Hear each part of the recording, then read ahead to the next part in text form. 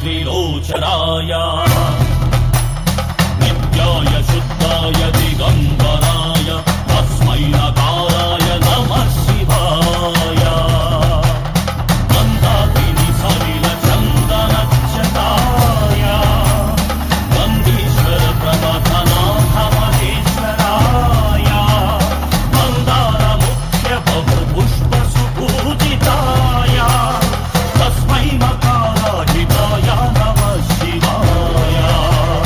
शिवाय गौरी वदनारविन्द सूर्याय दक्षाध्वरनाशनाय श्रीनीलकण्ठाय वृषध्वजाय तस्मै शिकाराय नमः शिवाय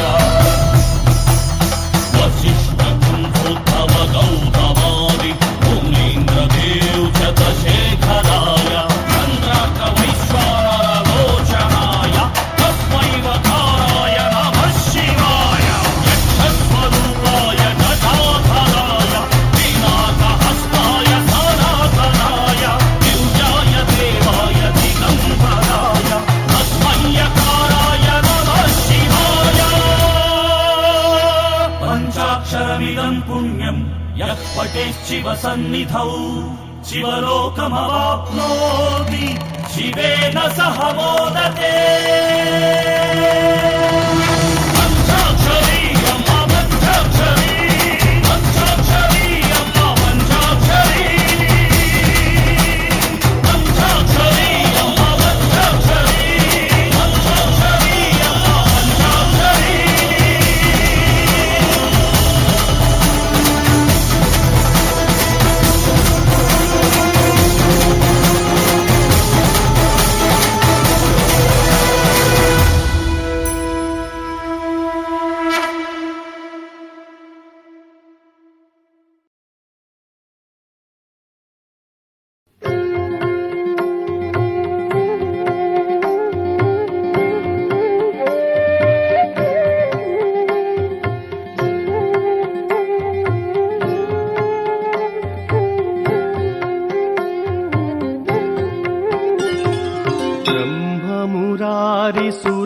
ब्रह्ममुरारिसुरार्चितलिङ्गं निर्मलभासितशोभितलिङ्गम्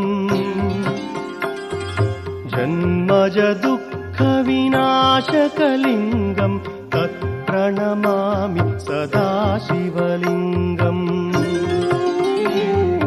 देवमुनिप्रवरार्चितलिङ्गं कामदहनकरुणाकरलिङ्गम्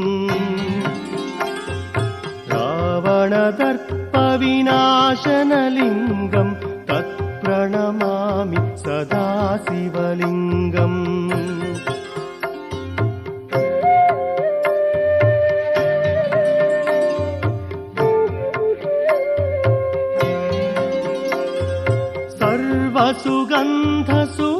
सर्वसुगन्धसुलेपितलिङ्गं बुद्धिविवर्धनकारणलिङ्गं सिद्धसुरासुरवन्दितलिङ्गं तत्प्रणमामि सदा शिवलिङ्गं कनकमहामणिभूषितलिङ्गं फणिपतिवेष्टितशोभितलिङ्गम्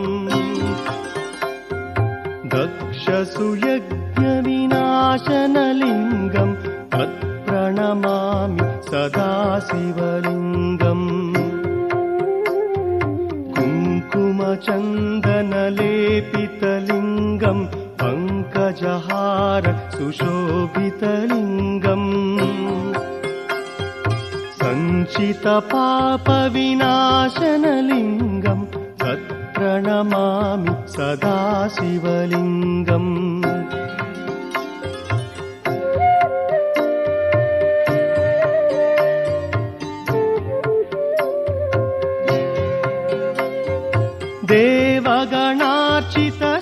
देवगणार्चितसेवितलिङ्गं भावैर्भक्तिविरेवचलिङ्गं दिनकरकोटिप्रभाकरलिङ्गं तत्प्रणमामि सदा शिवलिङ्गम् अष्टदलोपरिवेष्टितलिङ्गं सर्वसमुद्भवकारणलिङ्गम् अष्टदरिद्रविनाशनलिङ्गम् तत्प्रणमामि सदा शिवलिङ्गम् सुरगुरुसुरवरपूजितलिङ्गम् सुरवनपुष्पसदार्चितलिङ्गम् परमपरं परमात्मकलिङ्गम् तत्प्रणमामि सदा शिवलिङ्गम् लिङ्गाष्टकमिदं पुण्यं यः पठेत् शिवसन्निधौ शिवलोकमवाप्नोति शिवेन सह मोदते।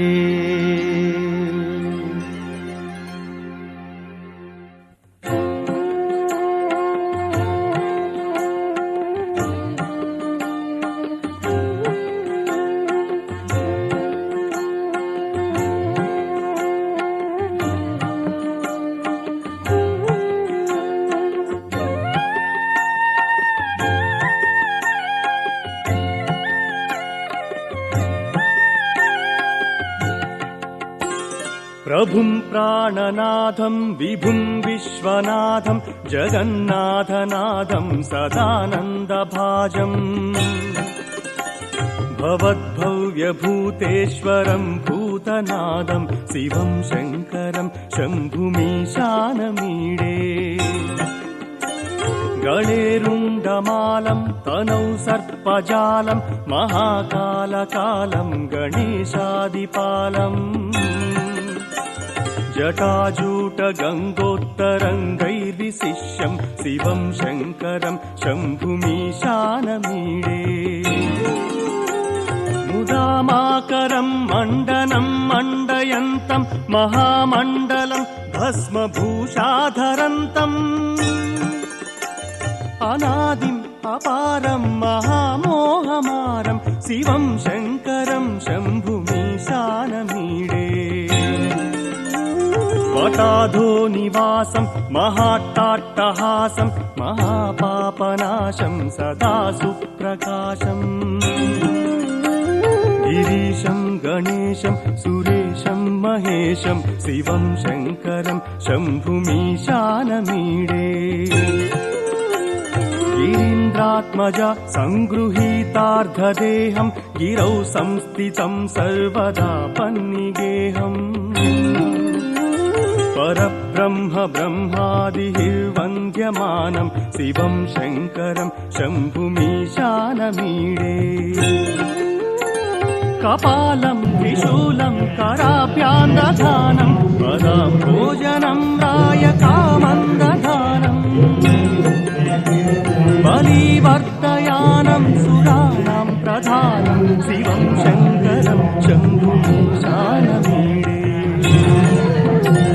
शरच्चन्द्रगात्रं गणानन्दपात्रं त्रिनेत्रं पवित्रं धनेशस्य मित्रम्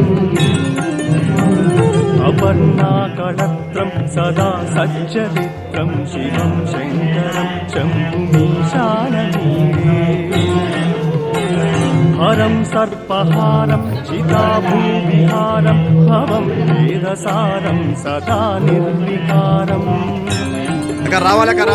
शाने वसन्तं मनोजन्तहन्तं शिवं शङ्करं शम्भुमीशानमीडे